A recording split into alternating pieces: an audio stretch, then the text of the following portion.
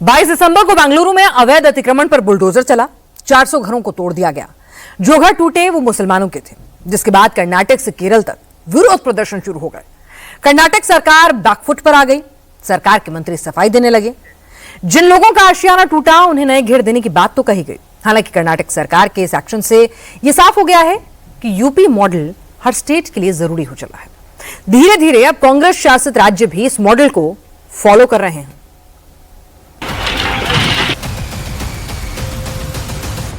वो आके एकदम से क्या भी नहीं, सब लोग सोले के थे, सुबह ही आके ऐसा पूरा डमोलिश कर दिया।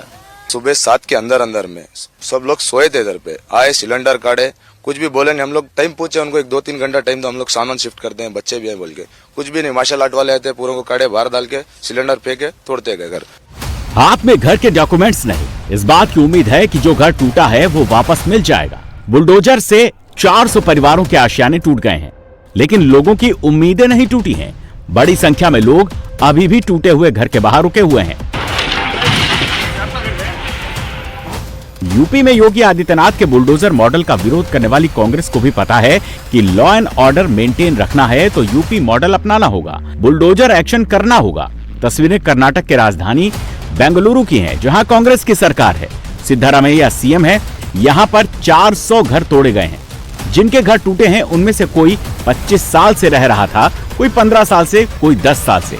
सबके पास आधार कार्ड है और वोटर आईडी थे। लेकिन 22 दिसंबर को जब पूरी बस्ती सो रही थी, तभी 150 पुलिसकर्मी बुलडोजर लेकर पहुंचे। फकीर कॉलोनी और वसीम लेआउट में पीला पंजा चला और 400 परिवार बेघर हो गए। मैं सुबह में आए, एकदम से सब लोग सो रहे थे, घर के अंदर सामान भी उठाने के लिए नहीं दिए, एकदम से आके पूरा डमोलिश कर दिए।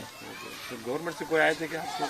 गवर्नमेंट से कोई नहीं आए, वो इन्हों है ना, वो आके बना के देते हैं बोल के हैं। अभी बोल रहे हैं आज जमीर अहमद साहब भी आएंगे लेके बोल के हैं, उन्हें भी आके आज क्या है बोल के सबको बना के देते हैं बोल रहे हैं। कर्नाटक सरकार का कहना है कि ये घर उर्दू गवर्नमेंट स्कूल के पास एक झील के किनारे सरकारी जमीन पर अवैध रूप से बनाए गए थे। जिन लोगों को हटाया गया उन्होंने कचरा निपटान और खदान क्षेत्र में अवैध रूप से बस्तियां बना ली थी। प्रशासन की तरफ से इन्हें कई बार नोटिस दिया गया, इसके बावजूद लोग वहां से नहीं हटे, जिसके बाद बुलडोजर एक्शन लेना पड़ा। हालांकि वहां रहने वाले लोगों का दावा है कि उन्हें पहले से कोई नोटिस नहीं मिला और पुलिस ने उन्हें जबरदस्ती बेदखल कर दिया। इसे सैकड़ों लोगों को कड़ाके की ठंड में सड़क पर और अस्थायी शेल्टरों के नीचे रातें बितानी पड़ी है। मैडम अभी समुदाय भवन में हम लोग को जगह बोल के हैं, जाओ बोल के, हम लोग नहीं गए। क्यों बोले तो हम लोग गया तो अभी बीबीएमपी वाला आता है पेंशन और वोट डालने के लिए, हम लोग को नहीं जाना है, हम लोग को घर चाहिए, इसलिए हम लोग इधर पे है मैडम। और जितने लोग यहाँ पे हैं कितने सालों से हैं? मैडम 25 ईयर्स, 20-25 साल हो गया, कोई 20 साल हो गया, ऐसा। हम लोग तो 25 साल से है मैडम। अब कर्नाटक से लेकर केरल तक कांग्रेस सरकार सवालों के घेरे में है। यहाँ रहने वाले लोग पूरे हफ्ते विरोध प्रदर्शन कर रहे हैं। लेफ्ट पार्टियां इसे दूसरी इमरजेंसी बता रही हैं, हालांकि कांग्रेस पूरी कार्रवाई को जायज बता रही है। Very unfortunate that senior leaders like Pinarayi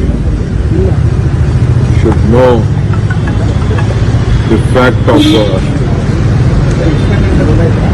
what is the issue in Bangalore. Some people they have encouraged. It is a waste dump site which was for putting this waste. It is in a quarry pit. It is a very dangerous place where a lot of health hazards are there, and there illegally they have tried to occupy some land ground. The government and our local MLA also insisted it is very dangerous. We know that we have humanity. We are ready to give them. We have given them opportunity to go to their new places. जिन लोगों के घर टूटे हैं उनमें से अधिकतर लोग सड़क पर भीख मांगने और कचरा बीनने का काम करते हैं। जिस वक्त बेंगलुरु का हाल फिलहाल के सालों में सबसे कड़ाके की ठंड पड़ रही है, वहां सैकड़ों परिवार खुले आसमान के नीचे रात बिताने को मजबूर हैं।